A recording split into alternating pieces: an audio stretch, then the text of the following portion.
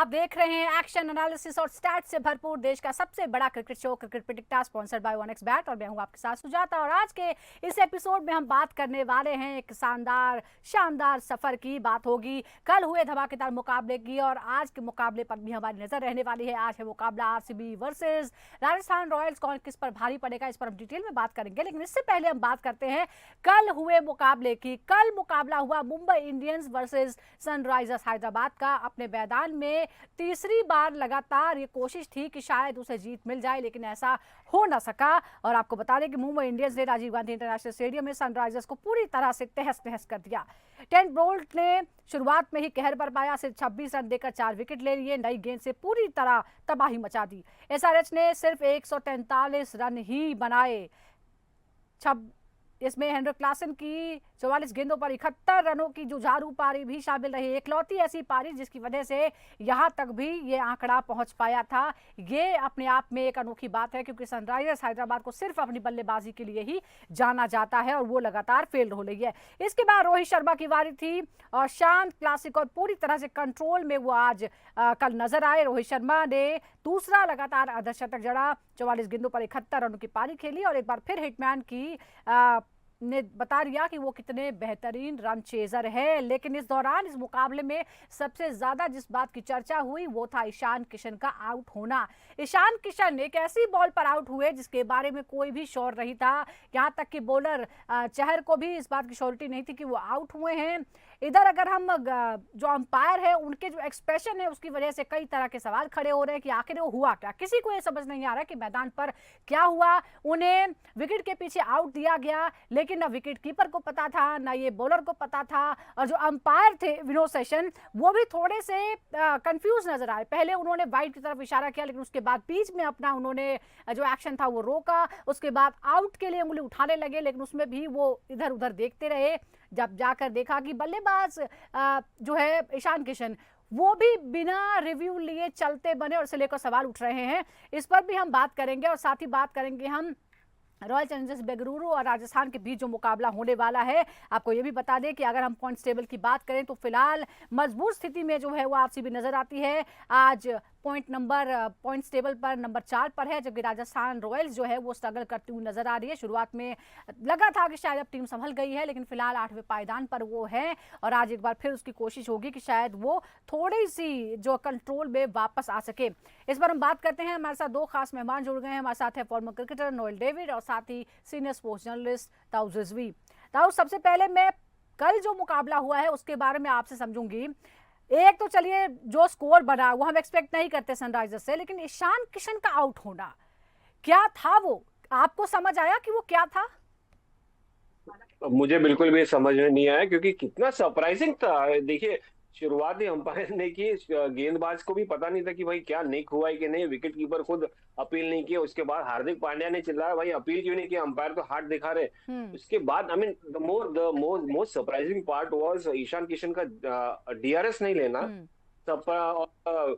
Walk out करना completely. I mean was he sure कि यार वो बल्ला लगा था उनका, क्योंकि डीआरएस में तो कुछ बता रहा नहीं था कि हम्म। यार जरा सा, या डीआरएस नहीं कहेंगे, वो अल्ट्रा एज जो टेक्नोलॉजी जो बहुत हाँ, उसमें इंपॉर्टेंट नहीं है, आया, काम उसमें आती कुछ है नहीं आया। कि डीआरएस उसमें कुछ नहीं आया। कुछ सीधा लाइन निकल गई, which is so surprising. I mean hmm. सवाल तो उठ गए हैं जगह कि भाई ये क्या हो गया, ये कैसे चले गए, वॉक कर लिया और इन लोग ने अपील क्यों नहीं की। ये क्या प्लान था, अंपायर का क्या इशारा था, जी। पहले वाइड फिर आउट। फिर ये बड़ा कंफ्यूजिंग और लगा, और आउट में खास भी ये करके मुझे देखना सबसे कि जब दीपक चहर ने भी अपील की तब जाकर पूरा हाथ उठ गया। नोएल, ऐसा होता है क्या कि बॉल लग जाए और बल्लेबाज को भी न पता चले कि मैंने बॉल को टच किया है नहीं किया और वो चलते बने? और इसलिए बहुत सारे लोग बातें कर रहे हैं क्योंकि ईशान किशन पिछले साल तक एमआई के साथ भी खेल रहे थे। बिल्कुल। देखिए, आप जब एक बल्लेबाज है, आपको जब गेंद लगती है तो हम्म। आपको इजी पता चल जाए, हाँ भाई मेरे बैट को लगा है। हम्म। यहाँ तो लगा भी नहीं है। और आप अगर आप विकेट कीपर की डाउन द लेग कलेक्शन देखो तो कितना नीट कलेक्ट किया और अपने आप चलते गए। वो हम्म। अपील भी नहीं किए। अब हार्दिक पांड्या का रिएक्शन विकेट कीपर को कह रहे कि भाई आप अपील क्यों नहीं किए बोल के। हम्म। यू नो वहां लगी नहीं है। देखिए, जब आपको लगता है एक बॉल का डाइवर्ट होने का एक मौका चांस दिखता है आपको, क्लियर निक है तो डाइवर्ट होता है बॉल। हम्म। उधर डाइवर्ट नहीं था, बॉल किधर बल्ले को लगा ही नहीं है, आप वॉक कर रहे हैं, एम्पायर कंफ्यूज है, वाइड दो या आउट दो। हाँ, ये बिल्कुल, देखिए क्योंकि मुझे देखिए ये लगता है कि जिस तरह के हम रूल्स देख रहे हैं, एक-एक बॉल को इतनी देर तक एनालाइज़ किया जाता है, एक-एक रूल को किस तरह से फॉलो किया जाता है। आईपीएल में एक-एक बॉल की क्योंकि कीमत होती है, लेकिन हमने कल देखा कि एसआरएच की तरफ से कहीं कोई मोटिवेशन नहीं था, कोई कोशिश नहीं की गई। पहले तो शायद अगर ईशान किशन थोड़ी देर टिक जाते, तो शायद ये स्कोर कहीं ज़्यादा हो सकता था और चांसेस बनते थे। ऐसा लगता है पूरी तरह से एसआरएच ने खुद ही सरेंडर कर दिया है। ईशान किशन जिस तरह से आउट हुए, कोई अपील नहीं थी और हर कोई इस बारे में आज चर्चा कर रहा है कि आखिर ये हुआ क्या, किसी को कुछ समझ नहीं आ रहा है। चलिए अब आज के मैच के बारे में बात करते हैं। आज है मुकाबला Rajasthan Royals versus royal Challengers Bengaluru की हम बात करते हैं और जो इनकी चुनौतियां हैं ये भी आपको बता दें। आरसीबी की अगर हम बात करें तो लगातार जो है वो अच्छे फॉर्म में वो नजर आ रही है, लेकिन राजस्थान रॉयल्स स्ट्रगल कर रही है। 4 बार लगातार हार की वजह से उसका कॉन्फिडेंस पूरी तरह से हिला हुआ है और जो कप्तान है संजू सैमसन वो भी आज नहीं खेल रहे हैं। संजू सैमसन बाहर है और अब रियान पराग एक बार फिर से कप्तानी की डोर संभाल रहे हैं, तो दोनों जो है वो बिल्कुल ऑपोजिट फॉर्म में नजर आ रही है। आरसीबी पूरी तरह से अच्छे टच में नजर आ रही है, तो दूसरी तरफ राजस्थान रॉयल्स बिखरी हुई नजर आ रही है। अब उम्मीदें आज जो है आरआर की टिकी हुई है यशस्वी जायसवाल कि क्या वो कुछ करेंगे अपने बल्ले से और जोफ्रा आर्चर क्या वो अपनी घातक गेंदबाजी से आरसीबी को कंट्रोल में कर पाएंगे। अगर हम हेड टू हेड मुकाबले की बात करें तो 33 बार आमने सामने हुए हैं इन दोनों टीमों के बीच। 16 आरसीबी और 14 मैच राजस्थान ने जीते हैं। पिछले 5 मुकाबलों की बात करें तो आरसीबी ने 3 और राजस्थान ने 2 मैच जीते हैं। अगर हम सफर की बात करते हैं इस सीरीज की तो कुल 8 मुकाबले दोनों टीमों ने खेले हैं, जिसमें 5 जीत हासिल की है आरसीबी ने। 3 में उसे हार का सामना करना पड़ा है। फिलहाल वो पॉइंट्स टेबल पर नंबर 4 पर है। राजस्थान रॉयल्स ने सिर्फ 2 मुकाबले जीते हैं और 6 में उसे हार का सामना करना पड़ा है और 8वें नंबर पर है वो स्ट्रगल कर रही है। अब नोएल क्या क्या जो पंजाब को जिस तरह से 7 विकेट से हराने के बाद आरसीबी आत्मविश्वास से भरी हुई है, क्या आपको लगता है कि उसी आत्मविश्वास के साथ एक बार फिर आरसीबी आज मैदान पर उतरेगी और आरआर की हालत तो पहले ही खराब है? बिल्कुल, देखिए ये जो तरीके से खेल रहे हैं RCB, I think lot of confidence से ये मैच खेलेंगे, क्योंकि उनकी जो टीम कॉम्बिनेशन है, उनकी जो कप्तान है रजत पाटिया जो लीड कर रहे हैं, बड़े खिलाड़ी उनके अंडर है, विराट कोहली जैसे महान खिलाड़ी जो कंट्रोल कर रहे हैं आरसीबी को, एक नई खिला कप्तान जो टीम को जी मिला है, आई थिंक दैट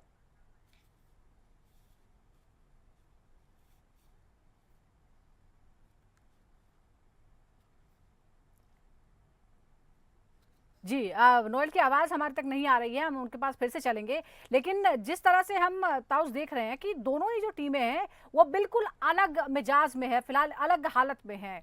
आरसीबी जो है वो लगातार स्ट्रांग हो रही है, नंबर 1 2 3 4 पर अभी जो फिलहाल है, हालांकि 4 पे भी है लेकिन पॉइंट्स टेबल पे सबके जो पॉइंट्स हैं वो 10-10 ही हैं। थोड़ा सा रन रेट का मामला है, तो कोशिश आज आरसीबी की होगी कि अपना रन रेट बढ़ाए और पॉइंट्स टेबल में भी आगे बढ़े और अपनी स्थिति को और मजबूत करे।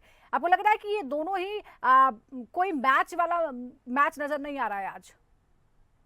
नहीं, बिल्कुल भी मिस मैच है इनफैक्ट मैं कहूंगा तो, हम्म क्योंकि देखिए रॉयल्टी दोनों टीम्स के नाम में रॉयल है हम्म और रॉयल्टी की तरह खेल रही है आरसीबी ये साल। और जो बहुत सारे लोग एक्सपेक्ट करते आ रहे ओवर द इयर्स कि शायद ये साल खेले, शायद इस साल खेले, और ये साल फाइनल उसने दिखा दिया कि भाई हम रॉयल्टी हैं। और रॉयल चैलेंजर्स बैंगलोर सिर्फ नाम ही नहीं है, हम्म एक स्टेटमेंट है। और ये सिर्फ विराट का कंट्रीब्यूशन अलोन नहीं है, बिकॉज देखिए विराट डेफिनेटली कंट्रीब्यूट करते आए हैं मेजरली, और टीम उनको ही वो ही एम्बेसडर है अनऑफिशियल आरसीबी के। बट जिस तरह से पूरी मिल के जबरदस्त तरीके से इन्होंने, चाहे शायद इंक्लूडिंग कप्तान रजत पाटीदार, पहला ही साल 31-32 साल की उम्र में कौन किसको लगा था कि ये कप्तानी करेंगे, मगर जिस तरह से उनको कप्तानी मिली फिर उन्होंने उसको,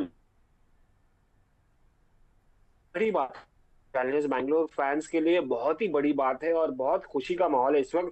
मगर अभी भी मैं कहूंगा यार, पॉइंट्स टेबल की जो लड़ाई है 10-10-10 सबके पास है, जी तो आपको कहीं और ज्यादा मेहनत करनी पड़ेगी और ज्यादा जीत हासिल करनी पड़ेगी। 5 से इनफ नहीं होता, आपको लगातार जीत हासिल करनी पड़ेगी अगर टॉप 2 में मेंटेन करना है। ये एम होना चाहिए कि भाई मैं टॉप 2 में रहूं कि जिसमें एटलीस्ट मुझे डायरेक्ट फाइनल या तो क्वालिफायर्स में एक एक्स्ट्रा चांस मिल जाए। राइट। नहीं तो आपने इतनी मेहनत और सडनली आप कोलैप्स हो गए तो यार फिर सारी वेस्ट हो जाएगी। तो एक अच्छा मौका है जो मिला है आपको, तो उसको कैपिटलाइज करने की जरूरत है, बाकी कुछ नहीं।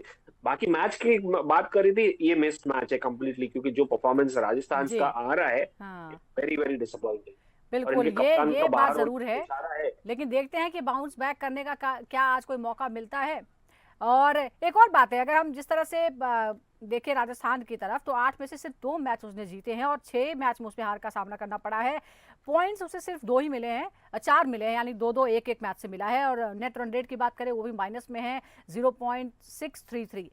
आपको लगता है था उसकी जिस खराब फॉर्म से वो जूझ रही है, पिछले 4 मुकाबलों में उसे हार का सामना करना पड़ा है, मजबूती से वापसी के लिए आखिर क्या चेंज करने की जरूरत है? क्या आज प्लेइंग 11 में हम कोई बदलाव देख सकते हैं? हालांकि कप्तान तो वैसे ही नहीं खेल रहे हैं। देखिए आप क्या ही चेंज कर लेंगे, कितना बड़ा ही चेंज कर लेंगे। देखिए मनोबल इनका ऑलरेडी डाउन है, आप मेजरली कितना ही चेंज करें। संजू सैमसन तो ऑलरेडी बाहर ही हो गए, जो उनके हम्म। लीडर थे एक समय पे एक सरपंच कहा जाने वाला बंदा, जो शुरुआत ही कर लिया था उसने। मगर देखिए एक दो चेंजेस से नहीं होता, यहाँ पर इनको मेंटल शिफ्ट लानी पड़ेगी, अपनी पॉजिटिव थिंकिंग लानी पड़ेगी, क्योंकि देखिए दिल्ली बहुत दूर हो गई अभी, और आपको पहुंचने के लिए एकदम ही आउटस्टैंडिंग एक्स्ट्राऑर्डिनरी क्रिकेट खेलनी पड़ेगी, जी। जहां पर जो बहुत ही मुश्किल है। जैसे मुंबई इंडियंस ने कमबैक किया, उनके पास तो टीम भी थी। हम्म। देखिए जो मुंबई इंडियंस का था हम्म। जर्नी शुरुआत से बहुत डिसअपॉइंटिंग था, despite having a very good team. But hmm. उनको पता चला कि यार पीक कब होना है, कब शुरुआत करनी है, तो सब धीरे धीरे पत्ते जो है उनके सही गिरने बिल्कुल, लगे। ये आपने आप सही कहाँ एक से करेंगे उदाहरण दिया आप? है। आपने एक एग्जांपल सही दिया है नोएल। हम यही बात कर रहे हैं कि जिस तरह का खराब फॉर्म है राजस्थान का, क्या आज कोई वापसी की उम्मीद आपको लगती है, खास तौर पर आरसीबी के सामने जो एक जबरदस्त फॉर्म में नजर आ रही है? क्या मुंबई से कोई इंस्पिरेशन ले सकते हैं? क्योंकि मुंबई भी बुरे हाल में थी, लेकिन उसके बाद ऐसा बाउंस बैक किया कि 4 मैच लगातार जीती। बिल्कुल, देखिए आरसीबी राजस्थान रॉयल्स जो है अपने हाथ से खराब कर रहे हैं अपनी टीम की, क्योंकि देखिए अब यशस्वी के बड़े महान खिलाड़ी जो है फॉर्म में आ रहे हैं। हम्म। बाकी के खिलाड़ी क्या कर रहे हैं? रियान पराग जो कप्तान है हम्म। टीम के, उनकी बैटिंग ना ना फॉर्म में है, ना कुछ कर रहे हैं, ना कप्तान कैप्टेंसी बराबर कर रहे हैं, हम्म। ना उनकी टीम की कॉम्बिनेशन बराबर है। आप जो जीतने का मैच जो है, आप जिस बॉलर को दलाना चाहिए वो बॉलर को नहीं दला के आप संदीप शर्मा को दला रहे हैं। हम्म। आप जब जीतने का मैच है, आप रनआउट हो रहे हैं, तो उनके खुद के हाथ से वो लोग मैच हार रहे हैं। Hmm. They have to take a leave from Mumbai Indians, जैसा आपने कहा, या आरसीबी से लीजिए, जो एक फाइटिंग स्पिरिट है इनकी टीम में, एक फाइटिंग इनके पास नहीं है। जो पहला मैच के बाद जो सोच है, अरे आरआर इतनी अच्छी टीम है, जो उनकी हम्म। बैटिंग लाइनअप जो है काफी स्ट्रांग है, उसके बाद कोलैप्स होते जा रहे, कंसिस्टेंट नहीं है, कोई कंसिस्टेंट परफॉर्मेंस है ही जी। नहीं है, खाली अब यशस्वी परफॉर्मेंस का जायसवाल जिक्र कर अकेले लिया कर है रहे तो हैं। जरा दर्शकों को बता देते हैं परफॉर्मेंस जो है वो क्या क्या सामने आए हैं। पहले हम राजस्थान की ही बात करते हैं। ओपनर यशस्वी जायसवाल 8 मैचों में 307 रन उन्होंने बनाए हैं। औसत है 38.37 का, 139 का स्ट्राइक रेट है, हाईएस्ट स्कोर है 75 और 4 अर्धशतक उन्होंने बनाए हैं, यानी वो अपनी तरफ से कंट्रीब्यूट कर रहे हैं। अगर हम संजू सैमसन की बात करें तो 7 मुकाबले उन्होंने खेले, 224 रन, बल्लेबाजी औसत है 37 का, स्ट्राइक रेट 143, हाईएस्ट स्कोर 66 का, 1 अर्धशतक उन्होंने बनाया है। कप्तान के तौर पर सिर्फ इतना उनसे उम्मीद नहीं करते हैं। रियान पराग जो ऑप्शनल कप्तान है, 8 मैच उन्होंने खेले हैं, 212 रन, 30 का एवरेज, स्ट्राइक रेट 148 का, हाईएस्ट स्कोर है 43, कोई अर्धशतक नहीं।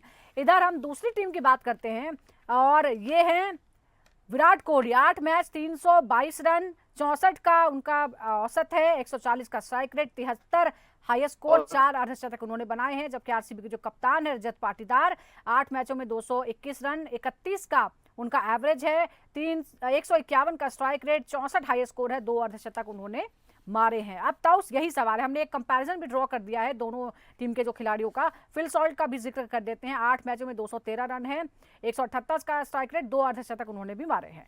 अब आपको क्या लगता है विराट कोहली का जो फॉर्म है आरसीबी के लिए, वो राजस्थान के खिलाफ सबसे अहम संकेत है? आपको लगता है कि आरसीबी में और भी ऐसे खिलाड़ी हैं जो मैच जिताऊं पारियां खेल सकते हैं? नहीं नहीं, देखिए शुरू से ही है इनका। फिल सॉल्ट एक डायनामिक क्रिकेटर हैं, ऑल्दो उन्होंने अभी तक अपना पूरा सही रंग नहीं दिखाया जो होना चाहिए था। हम्म। विराट कोहली जैसे अपनी गेम खेलते हैं वैसे ही खेलते चले आ रहे हैं। I mean, I you surprised? मैं तो बिल्कुल भी नहीं हूँ। उन्होंने हम्म। अपना बेसिक्स एकदम ही राइट रखा है। आपने कुछ आउटरेजेस नहीं देखा है विराट की तरफ से। वो कंसिस्टेंसी जो आईपीएल में दिखती है वो दिखती चली आ रही है। और रजत पाटीदार कंट्रीब्यूट करते हैं जब जरूरत पड़ती है। उसके अलावा देवदत्त पडिक्कल भी अपने तरीके से आते हैं। तो कहीं ना कहीं its team combination rather than individual performance. और मतलब ऐसा नहीं कि ऐसा बड़े बड़े दिग्गज महान हम्म। आंद्रे रसेल जैसे या कायरन पोलार्ड जैसे या ऐसा कोई खिलाड़ी है। यहाँ पर हाँ। सब अपने स्ट्रेंथ खेल रहे हो, which is the beauty of Rajasthan royal Challengers Bangalore.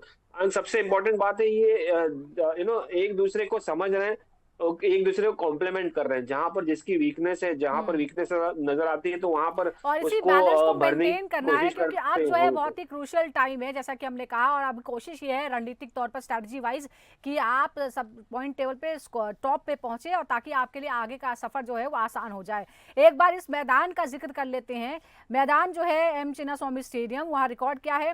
98 मैचों में पहले बल्लेबाजी करते हुए जीते गए मैचों की संख्या 41, दूसरी बार बल्लेबाजी करने पर 53। यानी दूसरी बार बल्लेबाजी करना जो है वो फायदेमंद रहता है।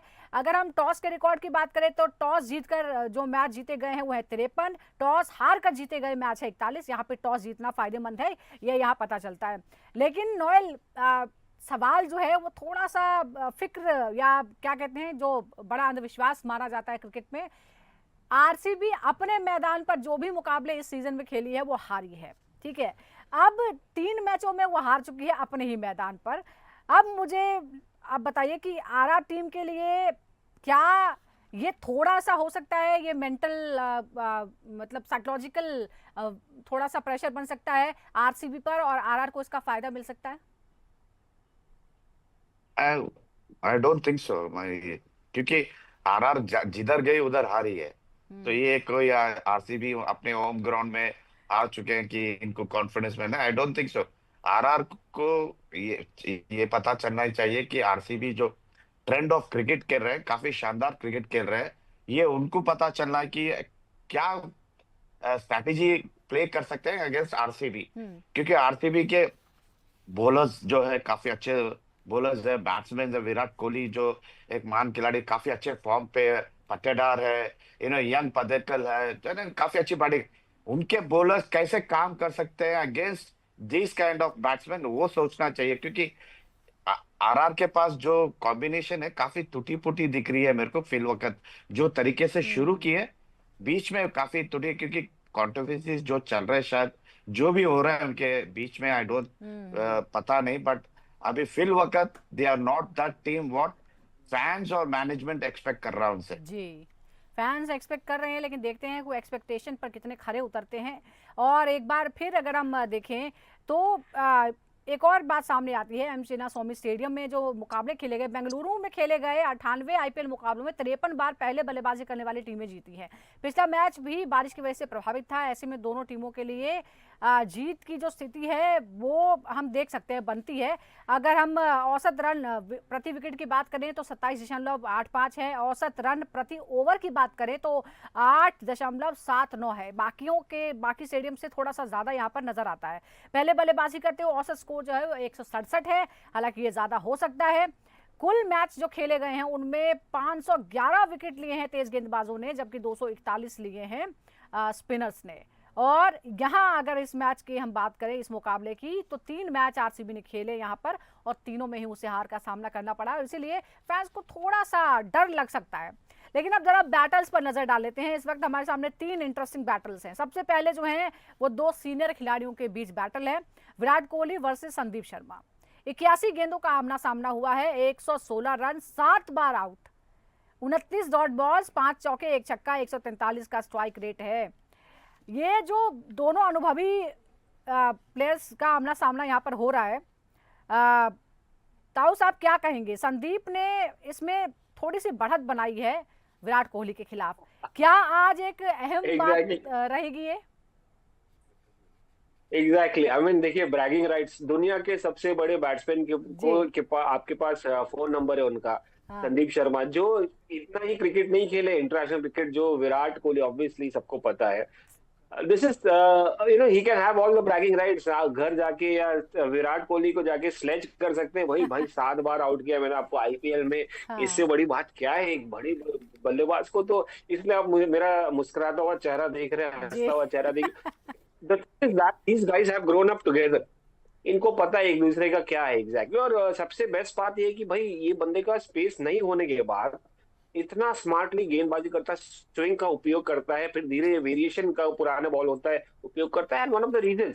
और विराट कोहली जो नंबर पे आते हैं यानी ओपन या नंबर 3, तो ज्यादा से ज्यादा वो नए गेंद से संदीप शर्मा ने उनको मौका दिया होगा आउट होने का। तो I think it's a good challenge. And again Virat Kohli में शायद अगर कहीं ना कहीं देखेंगे अपना at the end of the day career देखेंगे और आईपीएल को देखेंगे, वो तो सबसे ज्यादा खतरनाक मुझे लगता है संदीप शर्मा होंगे उनके लिए। जी। तो मैं ये कॉन्टेस्ट देखना चाहूंगा एक और बार इन दोनों के बीच क्या करते हैं ये एक और दोनों दिग्गज कॉन्टेस्ट देखिए, पुराने वो तो खिलाड़ी। बराबरी वाला था मामला। एक जो है वो एक बहुत सीनियर और एक एकदम सुपर जूनियर के बीच में मुकाबला है। ये मुकाबला है यशस्वी जायसवाल वर्सेस भुवनेश्वर कुमार। अब यहाँ देखते हैं 54 गेंदों का आमना सामना, 94 रन बने हैं, आउट नहीं कर पाए, 22 डॉट बॉल्स हैं, 54 में से 22 डॉट बॉल्स हैं, ये एक पॉजिटिव बात है। 14 चौके 4 छक्के, 174 का स्ट्राइक रेट है। नोएल, आप क्या कहेंगे? यशस्वी जायसवाल ने किस तरह से जो एक्सपीरियंस है आरसीबी के भुवनेश्वर कुमार, उनके खिलाफ बड़ा ही शानदार फॉर्म दिखाया है। खासकर पावर प्ले में यशस्वी जिस तरह से अग्रेसिवली खेलते हैं, क्या वो आरसीबी के लिए थोड़ा सा चिंता का विषय हो सकता है? और वैसे भी इस टूर्नामेंट में भी अच्छे टच में है यशस्वी। बिल्कुल, थोड़ी बहुत काफी चिंता होगी आरसीबी की यशस्वी से, बिकॉज जो तरीके से खेल रहे, काफी अच्छे फॉर्म में वापस आए हैं यशस्वी। और अगर मैं भुवनेश्वर के बारे में और यशस्वी के बारे में देखिए, ये एक महान बॉलर है भुवनेश्वर, जो लेफ्ट हैंडर्स को काफी अच्छे डालते हैं, काफी आउट स्विंगर्स काफी बढ़िया डालते हैं, और जो एक गेंद जो अंदर लाते हैं वो डेंजर बॉल रहता है लेफ्ट हैंडर्स के लिए। मगर यशस्वी ने काफी अच्छी हैंडल किए, उनको पता है भुवनेश्वर क्या करते हैं। तो आई थिंक ये मामले में आई थिंक यशस्वी काफी सूझबूझ से खेलते हैं, काफी सोच के खेलते हैं भुवनेश्वर को, और जब अटैक करना है जब अटैक करते हैं भुवनेश्वर, इसलिए आई थिंक यशस्वी टॉप पे है भुवनेश्वर। बट ये एक एक्सपीरियंस बॉलर भी है भुवनेश्वर। आई थिंक ये एक देखना होगा मैच कि में क्या कहीं आई थिंक प्रेशर में तो नहीं आ जाते हैं, क्योंकि मैदान भी जो है वो आरसीबी का ही होगा। एक और इंटरेस्टिंग बैटल है देवदत्त पडिक्कल और तुषार देशपांडे। 15 ही गेंदों के आमना सामना, 29 रन, आउट नहीं कर पाए, 4 चौके 1 छक्का, 193 का स्ट्राइक रेट है। ताउस, इस बारे में आप क्या कहेंगे? क्या आरआर और देशपांडे को पडिक्कल के खतरे से निपटने के लिए कुछ खास तैयारी करनी पड़ेगी? देखिए तुषार देशपांडे वही टीम का हिस्सा है जो टीम फॉर्म में नहीं है। और तुषार देशपांडे एक स्मूथ ऑपरेटर है। जब वो एमएस धोनी के अंडर खेल रहे थे या ऋतुराज गायकवाड़ के अंडर खेल रहे थे, यहाँ पर कुछ ज्यादा इम्पैक्ट नहीं हुआ है। तो देवदत्त पडिक्कल इस वक्त चढ़ के खेलेंगे, और जिस तरह से वो शॉट्स कंट्रीब्यूट करे, जिस तरह से वो स्ट्राइक कर रहे, बॉल को मिडिल कर रहे, तो कहीं ना कहीं मुझे लगता है कि एडवांटेज देवदत्त पडिक्कल को रहेगा। क्योंकि देखिए at the end of the day ये आपके जो दूसरे एंड से गेंदबाज हैं वो कितना सपोर्ट करते हैं वो भी इंपॉर्टेंट रहता है दूसरे बॉलर के लिए जो गेंदबाजी कर रहा है। तो कहीं ना कहीं मुझे लगता है कि इट्स अ माइंड गेम, और आप ग्राउंड पर किस तरह का माहौल है, किस तरह से एक दूसरे को सपोर्ट कर रहे हैं, इसी से बात होती है। और कोई भी दिन जो है वो एकदम अलग साबित हो सकता है। देखना होगा कि क्या आरआर के लिए आज कुछ अलग होगा, या फिर आरसीबी आज कुछ अलग करेगी और अपने मैदान पर जीत हासिल करेगी लगातार 3 हार के बाद अपने ही मैदान पर। देखना होगा। आज की फेवरेट कौन है नोएल? आरसीबी। ताउस, टाइम नहीं लगा है नोएल भाई ने कहने के लिए आरसीबी। आई सपोर्ट नोएल भाई फॉर आरसीबी। वाह, आप नोएल भाई को सपोर्ट करते हैं। और नोएल भाई, मुझे कोई सपोर्ट नहीं चाहिए भाई, मुझे कोई सपोर्ट नहीं चाहिए। लेकिन प्लेयर्स को जरूर सपोर्ट चाहिए। याद देखिए, हमारे पैनल जो है वो पूरी तरह से एक साथ है, वो आरसीबी की सपोर्ट में है। देखते हैं कि आरसीबी का मैदान क्या आरसीबी के सपोर्ट में है, कुछ देर बाद पता चल जाएगा। बहुत बहुत शुक्रिया आपका ताउस, और नोएल आपका भी बहुत बहुत शुक्रिया। तो आज है RCB versus royal Rajasthan Royals. देखते हैं क्या होगा इस मुकाबले में, और इस तरह के एनालिसिस के लिए आप लगातार जुड़े रहिए क्रिकेट पे टिकटॉक के साथ। फिलहाल नमस्कार।